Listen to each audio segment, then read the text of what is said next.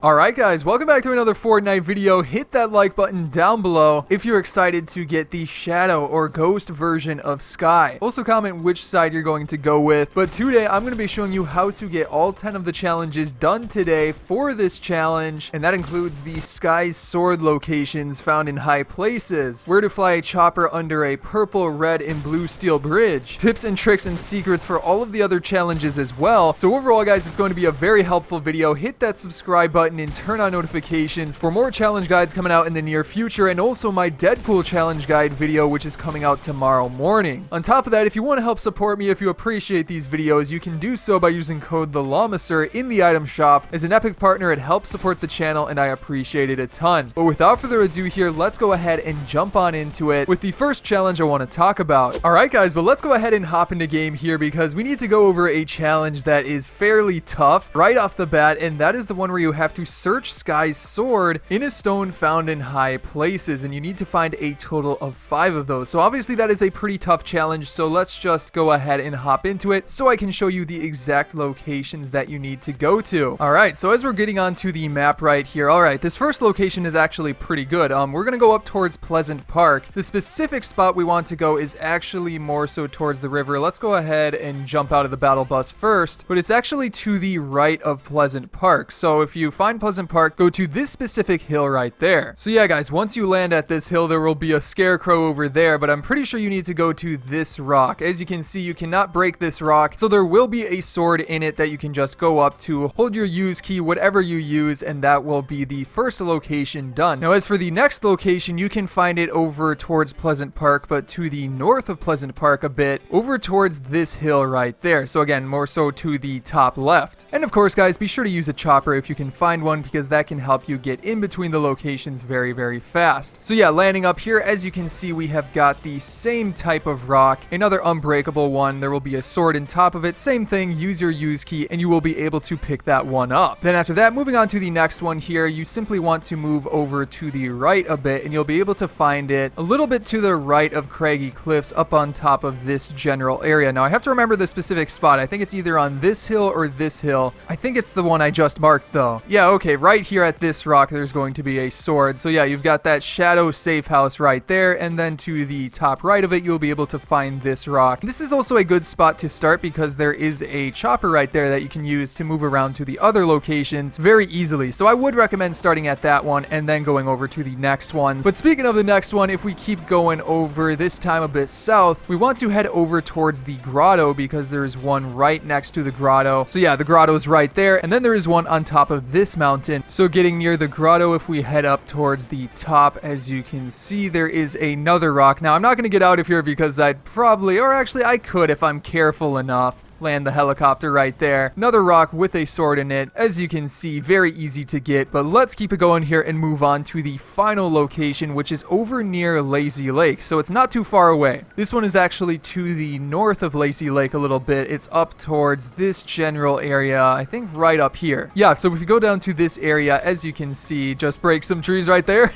That's alright, but then the rock will be right here with the sword in it. Very easy to find, and that'll be the final location that you need. Then after that, we have another interesting challenge, and that is to stoke a campfire, consume foraged apples, and then consume foraged mushrooms. So for this one, it's actually very easy because the way that I would recommend starting it out is to simply go to the location above Frenzy Farm, which is called the Orchard. At this location, you'll be able to find a ton of apples. Now just build up and take some fall damage so that you can eat those apples. I think you only need one, but then after that, you can go over to a campfire, which is in that same exact location, and make sure you have 30 wood, because when you start the campfire, use the campfire again to stoke the campfire as long as you have 30 wood, and that'll be the second part of the challenge done. Then after that, you simply need to run over to Weeping Woods and look around until you find a mushroom, which should be very easy, and that'll be the final part of that challenge completed. Then after that, guys, another sort of easy challenge is the hit 5 consecutive weak points while harvesting materials. Now for this one, the trick that I would recommend is to simply aim for the edges of materials. As long as you you stick to the edge and get up very close, you pretty much can't miss the circles or the weak points, whatever you want to call it. So that makes it super simple and very easy to do. You don't even have to aim. However, you will need to find something to break that has a lot of health. So like the semi-trucks I think are good for this. Generally the things that are heavy duty metal, like containers over at the Dirty Docks location, those are great for this too. Moving on here, guys, let's talk about another tough challenge, a location-based challenge, and this is the one where you have to fly a chopper under a purple, red, and blue steel bridge. So for this one, first thing, you're obviously going to want to head into either solo, duos, or squads, because I'm pretty sure those are the only modes where you can actually fly a chopper, so make sure to do that. Now, starting off here, guys, obviously you need to find a chopper first, and this bus path is actually perfect, because the spot that I would recommend to go to in order to find a chopper is right at this pad right there. I showed it to you in the previous challenge where we found the swords, but that one is great because not a lot of people know about it, and it's right next to the bridges. So hopping off of the battle bus, as you can see right here is the helipad, and as we get closer to it, a helicopter should show up. There it goes. So simply hop into that helicopter and then head over to the first bridge, which is right over here, super close. As you can see, we have got the blue one right there. So all we need to do is fly over to it and fly under the bridge. So very simple, simply go right under here, as you can see, and that'll be the first location all the way done. Now then for the second one, it too is not too far away. I believe it is the red bridge right over there. So again, right to the south of Pleasant Park, but we can get over there fairly fast. But yeah, here's the red bridge, so simply drive right under it, super easy. Now something else I want to say is that you may be able to get this done with your friends if they ride in the chopper. I'm not 100% sure if you have to be the one driving to complete the challenge or you simply have to be riding in one. Either way though, something to keep in mind. You can always switch off and get the challenge done that way. But yeah, moving on here to the final of the three bridges. The final one is over in Weeping Woods, or a bit to the south of Weeping Woods, in between that location and Slurpy Swamp. So yeah, just continuing to drive over here, you can see the purple bridge right there. So let's go down a little bit and then just be a little bit careful to not hit anything.